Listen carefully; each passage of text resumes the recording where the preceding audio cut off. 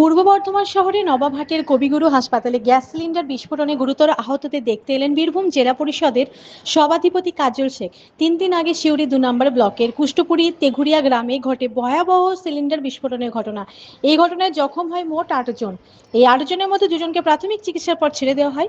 2জন বোলপুরের একটি বেসরকারি হাসপাতালে চিকিৎসাধীন রয়েছেন এবং 4জন বর্তমানে কবিগুরু হাসপাতালে ভর্তি আছেন।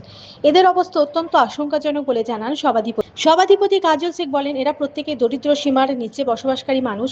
ব্লক সভাপতি নূর ইসলাম আমাকে এই ঘটনার কথা জানান। এরপর আমরা 2জনে মিলে আগে বোলপুরে গিয়ে আহতদের খোঁজ নিই এবং আজ এসেছি বর্ধমানে ভর্তি বাকি 4জনকে দেখতে। তিনি আরো বলেন, ওই 4জনের চিকিৎসা খরচের জন্য আমরা আর্থিকভাবে সাহায্য করেছি। আগামী দিনে নার্সিংহোম কর্তৃপক্ষের সঙ্গে আলোচনা করে এই 4জনকে কলকাতা উন্নত চিকিৎসার জন্য স্থানান্তরের ব্যবস্থা করব। আমরা সবসময় জালাল পরিবারের এবং এই অসহায়দের পাশে আছি।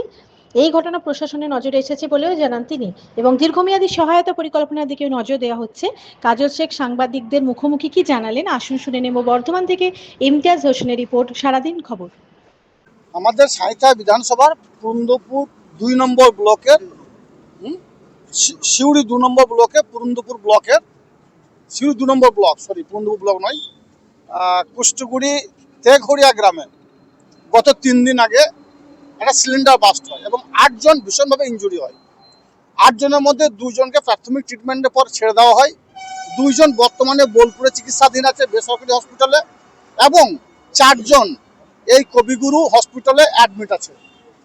এই 4জনের মধ্যে 4জনই বলতে পারেন অবস্থা খারাপের দিকেই আছে এবং এরা প্রত্যেককে দরিদ্র সীমার নিচে বসবাসকারী মানুষ।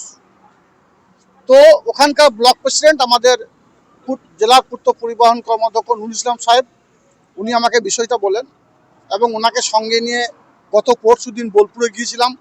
বাকি 2টো পেশেন্টকে দেখে এসেছি। আজকে এই 4টে পেশেন্টের কাছে এলাম এবং এদের সাইডে সুস্থতা কামনা করছি এবং এদেরকে আর্থিকভাবে যতদূর পেরেছি সহায়তা হাত বাড়িয়ে দিয়েছি এবং আগামী দিনে নার্সিংহোম কর্তৃপক্ষের সঙ্গে কথা বলে এনাদের পরামর্শ মতো ওই পেশেন্টগুলোকে কলকাতা নিয়ে যাওয়ার ব্যবস্থা করব, আরও উচ্চ পর্যায়ের ট্রিটমেন্টের ব্যবস্থা করার জন্য, কারণ এটা লং টাইম প্রসেস। আর দরিদ্র সীমার নিচে বসবাসকারী মানুষ আগেই বলেছি আপনাদেরকে, স্বভাবতই এদেরকে কলকাতা বাঙ্গুর বা পিজি হসপিটাল নিয়ে গিয়ে ট্রিটমেন্ট ব্যবস্থা করার জন্য চেষ্টা করব এবং এই পরিবারটার পাশে আমরা থাকবো। এত ব্যস্ততার মধ্যেও আপনি এলেন, সাথে সাথে দেখা করলেন, এটা মানবিকতা বারবার পরিচয় আমরা দেখি। মানুষের পাশে ঝড় বৃষ্টি, অর্থাৎ বলা যাবে ঝড় বৃষ্টি বর্ষা কাজল সে কি ভরসা, মানুষের পাশে থাকেন, কেমন লাগে? দেখুন, মাননীয় মুখ্যমন্ত্রী মাননীয় মমতা বন্দ্যোপাধ্যায় এবং আমার দলের সেনাপতি অভিষেক বন্দ্যোপাধ্যায় আমাকে বীরভূম জেলার সভাধিপতি আসনে বসিয়েছেন হিন্দু মুসলমান শিখ খ্রিস্টান ইসাই সমস্ত সম্প্রদায়ের মানুষের পাশে থাকার জন্য, বীরভূম জেলা উন্নয়নের স্বার্থে। তো সুখ দুঃখে মানুষের পাশে থাকা, কিছু মানুষ কিছু পরিবার দুঃখে আছে, তাদের পাশে থাকার জন্যই আমি এসেছি।